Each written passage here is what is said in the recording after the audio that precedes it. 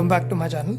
So this is the next part of our chapter, that is kinetic and thermodynamic aspects of metal complexes, and in this video we will discuss about rate law for nucleophilic substitution reactions in square planar complexes. So मैं यहाँ पर इसकी heading दे देता हूँ. So friends, अब होता है हमारे पास कि न्यूक्लियोफिलिक सब्स्टिट्यूशन रिएक्शन करनी है in a square planar complex. Square planar complex मैंने पहले ही भी डिस्कस किए कि कौन से हमारे पास कन्फिग्रेशन होती है, इलेक्ट्रॉनिक कन्फिग्रेशन जिनमें स्क्वायर प्लेनर कॉम्प्लेक्स बनते हैं. और उससे हमने निकाला था कि हमारे पास जो most common square planar complexes बनाने वाला जो सेंट्रल मेटल एटम होता है दैट इज प्लेटिनम 2.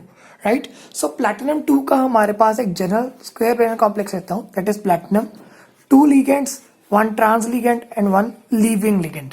ठीक है. तो यहाँ पर मैं इसे ड्रॉ करता हूँ तो ये ऐसे बनेगा. ये हमारा प्लैटिनम है. अगर ये हमारा लीविंग लिगेंड है जिसने कि जाना है तो ये हमारे जो है साइड लिगेंड्स हो जाएंगे, और ये हमारा जो इसके ऑपोजिट है बिल्कुल, that is trans to that ligand. Right. So ये हमारा स्ट्रक्चर हो गया. अब इसमें क्या होता है, हमारे पास एक न्यूक्लियोफाइल मतलब एक वाई हम कंसिडर करते हैं, वाई न्यूक्लियोफाइल एक ऐड करना है हमने. ओके. तो हमारे पास क्या होगा, सिंपली एक्स रिप्लेस हो जाएगा वाई से, और हमारे पास जो प्रोडक्ट आएगा that will be having y as a ligand and x जो है वो सेपरेट आउट हो जाएगा. सेम रिएक्शन मैं यहाँ पर भी करता हूँ. अगर मैंने वाई ऐड करा तो कुछ भी नहीं हुआ, कन्फिग्रेशन सारी सेम रही, पर लेकिन हमारे पास एक्स की जगह पर वाई आ गया. राइट. और एक्स बाहर निकल गया. जैसे y पहले बाहर था, अब x बाहर हो गया और y अंदर हो गया. अब ये हमारा जो है कॉम्प्लेक्स बन गया. हमारा कौन सा कॉम्प्लेक्स है, ये स्क्वायर प्लेनर कॉम्प्लेक्स है. और इसमें एक फीचर क्या देखा गया, that there is retention of configuration. अगर आपने हमारी स्टीरियो केमिस्ट्री पढ़ी है तो उसमें देखा गया कि हमारे पास रिटेंशन ऑफ कन्फिग्रेशन होती है. मतलब हमारे पास जो कन्फिग्रेशन है, अगर हमारे पास एक डेक्स्ट्रोरोटेटरी आइसोमर है तो वो डेक्स्ट्रोरोटेटरी ही रहेगा. मीन्स हमारे पास लिगेंड्स की पोजीशन जो है चेंज नहीं होगी. राइट. तो हमारे पास ये कन्फिग्रेशन वैसे ही रही. अब इस रिएक्शन का हमने क्या करना है, हमने रेट लॉ देखना है, रेट लॉ. राइट. तो अगर मैं देखो ये रिएक्शन है हमारी सिंपल, इसका रेट जो है rate, so let me change the pen here. अगर मैंने इसका रेट देखना है तो रेट मेरे पास क्या आएगा, दैट इज रेट लॉ का एक्सप्रेशन होता है that is rate constant into the concentration of the reactants. Right. Raise to the power of some coefficient. Okay. तो जो भी कॉफिशिएंट यहाँ पर कोई हमारे पास कॉफिशिएंट नहीं, ये हमारे पास पावर्स होती हैं जो कि हमें ऑर्डर डिटरमिन करने में हेल्प करती हैं. तो काइनेटिक्स, केमिकल काइनेटिक्स में आपने ये पढ़ा हुआ है. अब यहाँ पर देखिए हमारे पास क्या होगा, हमने पहले बार जो रेट निकालना था इसमें हमने सपोज किया कि हमारे पास ये जो रिएक्शन है इसमें जो वाई है ये हमारा एक सॉल्वेंट से जो न्यूक्लियोफाइल आया, ये मतलब सॉल्वोलिसिस की रिएक्शन है. अब यहाँ पर क्या देखा गया कि वाई की कंसंट्रेशन बहुत ज़्यादा थी. वाई की कंसंट्रेशन अगर बहुत ज़्यादा हो तो क्या करेंगे, हमने केमिकल काइनेटिक्स में पढ़ा था, अगर हमारे पास न्यूक्लियोफाइल की कंसंट्रेशन बहुत ज़्यादा है तो हम इसकी कंसंट्रेशन को कांस्टेंट ले लेते हैं. तो ये हमारी जो है फर्स्ट इक्वेशन बन जाएगी. ओके. ये हमारे हो गया रिएक्टेंट पर डिपेंडेंट जब हमारे पास वाई जो है बहुत ज़्यादा है. ओके. अब सेकेंड रेट जो आया, ये हमारा फर्स्ट रेट हो गया. अब सेकेंड रेट हमने देखा कि जब हमारे पास वाई की वैल्यू बहुत ज़्यादा नहीं है, मतलब कि हमारा वाई जो है एक पर्टिकुलर अमाउंट में रिएक्ट कर रहा है. राइट. तो इस रिएक्शन में हमने क्या देखा कि हमारे पास जो रेट लॉ का एक्सप्रेशन आएगा that will depend both on the Y as well as the reactant. Right. So यहाँ पर देखो कि हमारे पास ये हमारी जो होगी सेकेंड रिएक्शन होगी. अब देखा क्या गया, जिसमें हमारे पास वाई की कंसंट्रेशन बहुत ज़्यादा थी वहाँ पर कांस्टेंट लगा दिया, पर लेकिन यहाँ पर मॉलिक्यूलरिटी ऑफ द रिएक्शन क्या है, अगर आपको केमिकल काइनेटिक्स नहीं आती तो काइंडली +2 की बुक से जरूर इसको देखिएगा थोड़ा सा. हमारी मॉलिक्यूलरिटी होती है कि कितने मॉलिक्यूल्स रिएक्ट कर रहे हैं, तो हमारे पास मॉलिक्यूल्स 2 ही रिएक्ट कर रहे हैं, पर लेकिन ऑर्डर ऑफ द रिएक्शन यहाँ पर 1 होता है. क्यों होता है, बिकॉज हमारे पास वाई की कंसंट्रेशन बहुत ज़्यादा है. तो इस टाइप की रिएक्शंस को हम क्या कहते थे in the chemical kinetics, we use to name this reaction as pseudo first order reactions. Pseudo first order reactions. Right. So ये हमारी स्यूडो फर्स्ट ऑर्डर रिएक्शन होगी और ये हमारी सिंपली सेकंड ऑर्डर रिएक्शन होगी. अब ये 2 टाइप्स के रेट्स ऑब्जर्व हुए. अब मैं क्या करता हूँ कि मैंने in rate of the complete reaction अगर निकालना है तो दोनों केसेस मेरे पास हो सकते हैं. क्या पता वो वाई पर डिपेंड कर रहा हो, क्या पता वाई जो है बहुत ज़्यादा एक्ट कर रहा हो. तो जो दोनों अगर हम कंसिडर करते हैं कि हमारे पास रेट्स दोनों पर डिपेंड कर रहे हैं तो दोनों का क्या कर देंगे, हम सम कर देंगे. तो total rate will be the sum of all both these. यहाँ पर एक छोटी सी करेक्शन है कि ये जो K1 नहीं रहेगा, यहाँ पर एक रेट कांस्टेंट की वैल्यू चेंज जाएगी, K2 हो जाएगा। ओके, सो ये करेक्ट कर लीजिएगा। सो रेट जो है that will be sum of this first equation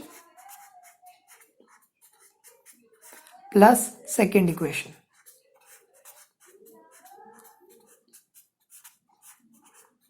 अब देखो ये जो हमारी इक्वेशन आ गई, इसमें क्या देखा गया कि PT L2 TX दोनों में कॉमन है, तो मैंने यहाँ पर क्या किया, K1 plus K2 into y और PT L2 TX जो है मैंने कॉमन ले लिया। सो ये हमारा एक क्वांटिटी होगी और ये मतलब ये हमारा रिएक्टेंट मैंने अलग कर दिया।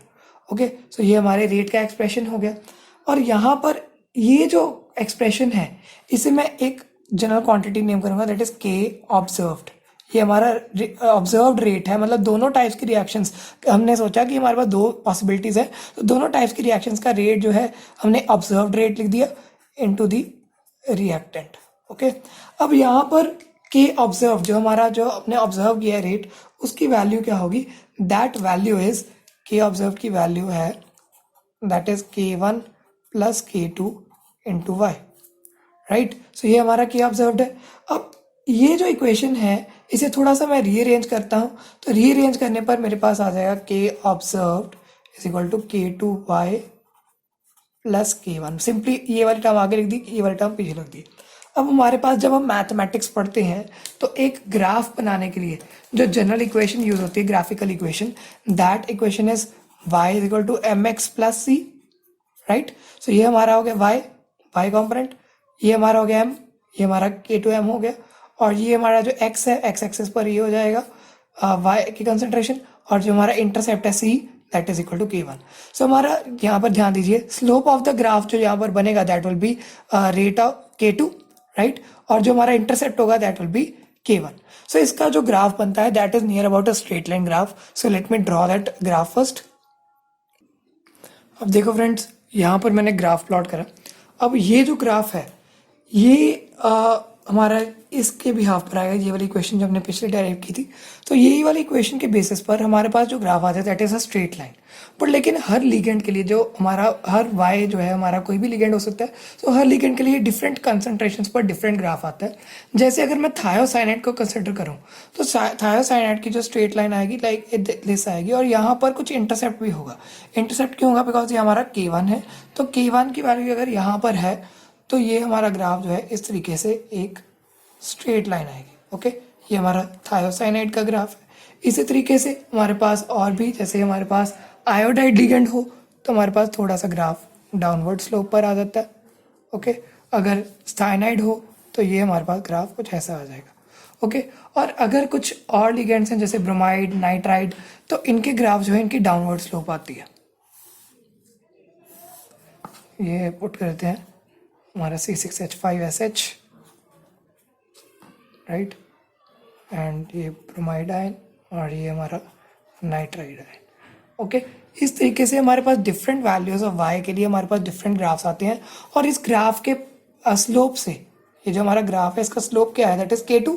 सो K2 हम इससे कैलकुलेट कर सकते हैं, और इंटरसेप्ट जो है हमारे यहाँ से निकल सकता है। सो हम रेट लॉ जो है इस तरीके से हम रेट्स डिटरमिन कर सकते हैं हमारी रिएक्शन के इस ग्राफ को देखकर, और जो भी हमारे पास जो स्लोप्स आएंगे, ये तो आपको फिजिक्स का पता ही है, तो जो भी हमारे पास जो स्लोप्स ऑब्टेन होंगे उस हिसाब से हम ग्राफ से हमारी रेट लॉ निकाल लेंगे। सो that was all about the rate of nucleophilic substitution reaction. अब हम नेक्स्ट पढ़ते हैं कि हमारे पास कौन से टाइप्स ऑफ रिएक्शंस हो सकती हैं in the substitution of the square planar complexes. So हमारी हेडिंग क्या है, that is types of reactions in square planar substitution of the complexes, square planar complexes. So types of substitution reactions. इसमें हमारी पहली दो सिंगल टाइप्स आएंगी, दो simple सी types है हमारे पास। एक होती है एसोसिएटिव रिएक्शन और एक होती है डिसोसिएटिव रिएक्शन। सो फर्स्ट हम डिस्कस करते हैं about the associative reaction.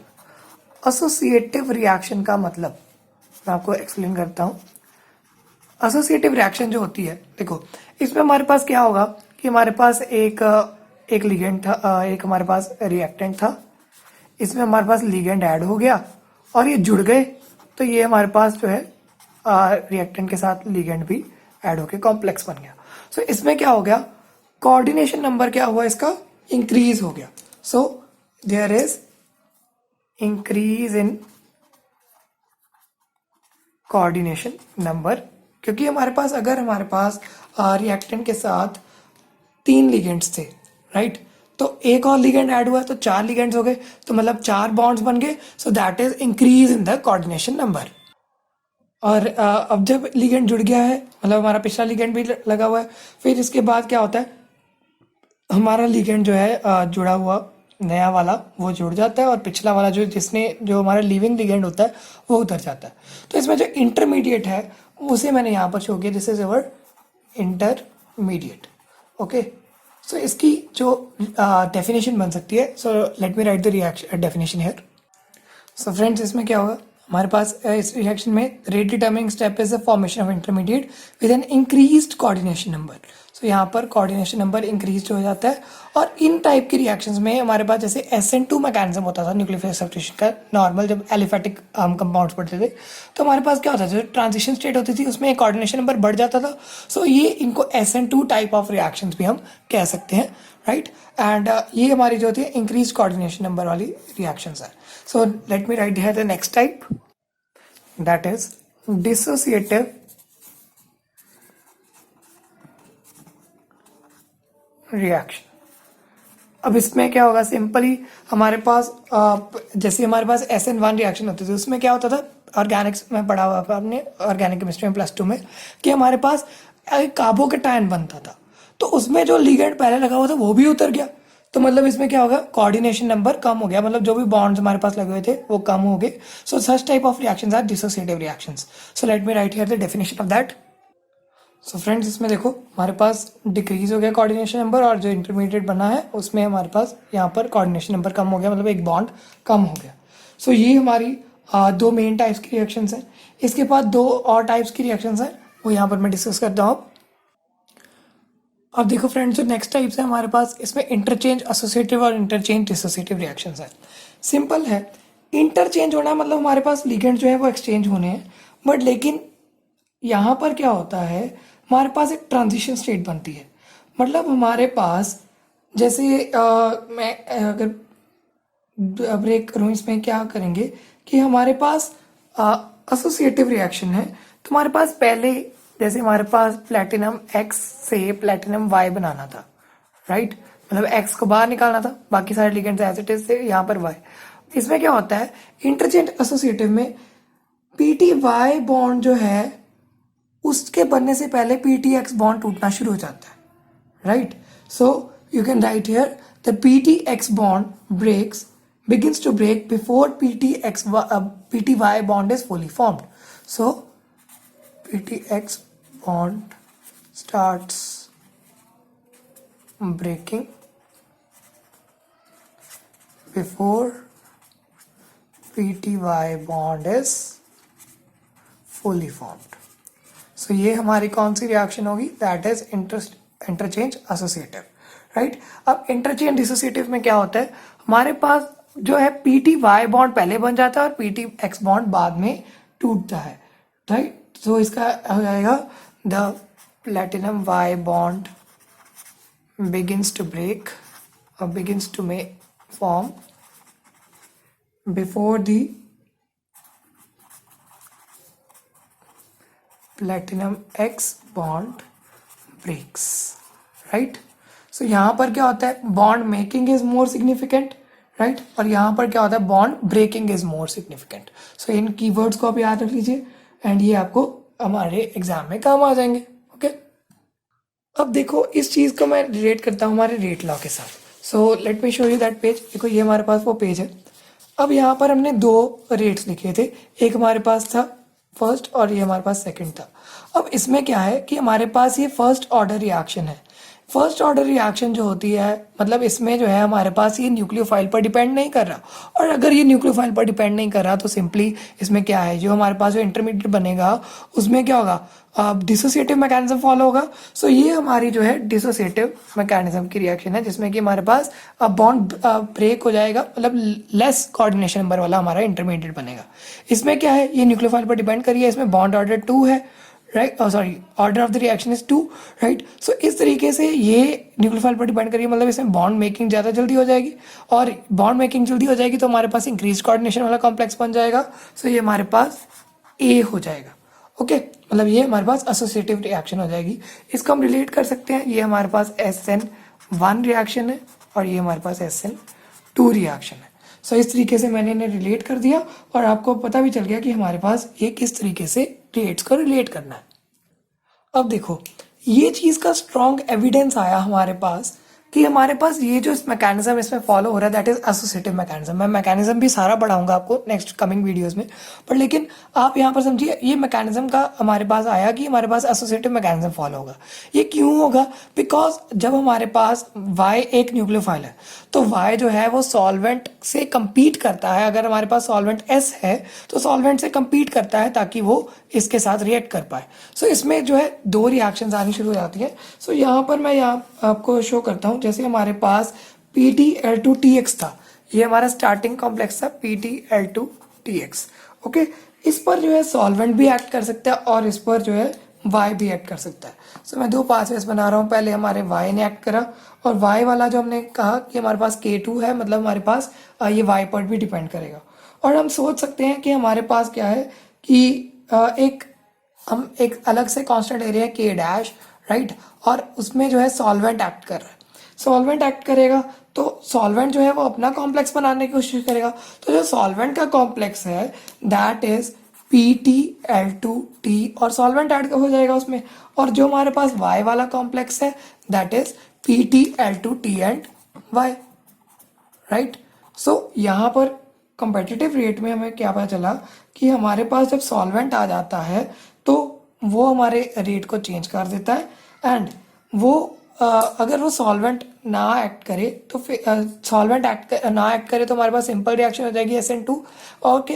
And जब हमारे पास सॉल्वेंट एक्ट भी कर रहा है तब भी हमारे पास बाद में Y की एडिशन तो होनी है, तो Y की एडिशन बाद में होती है, तो फिर भी ये दो मॉलिक्यूल्स पर डिपेंड करा और ये हमारी फास्ट रिएक्शन है। सो ये हमें प्रूव करता है कि हमारे पास SN2 mechanism is more favoured than the SN1, okay. मतलब यहाँ पर हमारे पास अगर कॉम्प्लेक्स बनता है तो वो हमारे पास ज़्यादा कोऑर्डिनेशन वाला कॉम्प्लेक्स बन रहा है, ओके। तो ये हमें इसका रिजल्ट भी मिल गया। एविडेंसेस कुछ थे इसके कि जो है हमारे पास जो न्यूक्लियोफिलिक सॉल्वेंट्स हैं जिनमें, उसमें सॉल्वेंट जो है उसका अटैक है, फिर भी रिएक्शन जो जल्दी हो रही है बिकॉज हमारे पास Y जल्दी रिएक्ट कर सकता है with the less reactive more reactive complex, okay. Second जो इसका एविडेंस दिया गया कि डिसोसिएटिव रिएक्शन जो है उसको एक्सेलरेट कर पाएंगे by the statically demanding reaction, जिसमें कि हमारे पास एसोसिएटिव मैकेनिज्म यूज होता है। और थर्मोडायनेमिक स्टडीज से हमें पता चला कि हमारे पास जो है बहुत सारी रिएक्शन जो है वो उनमें एसोसिएटिव मैकेनिज्म फॉलो होता है for the square planar complexes. So that was all about this rate law, right. So मैंने अच्छे से अपने पूरे वे से अपने आपको समझा दिया कि रेट लॉ को कैसे एक्सप्लेन करेंगे। In the next video we will study that trans effect, right. बहुत इंपॉर्टेंट वीडियो है, तो उस वीडियो को मिस मत कीजिएगा। That is why I am saying कि सब्सक्राइब करिए चैनल को ताकि आपकी नेक्स्ट वीडियो मिस ना हो सके, and do subscribe to channel. Thanks for watching, thank you so much.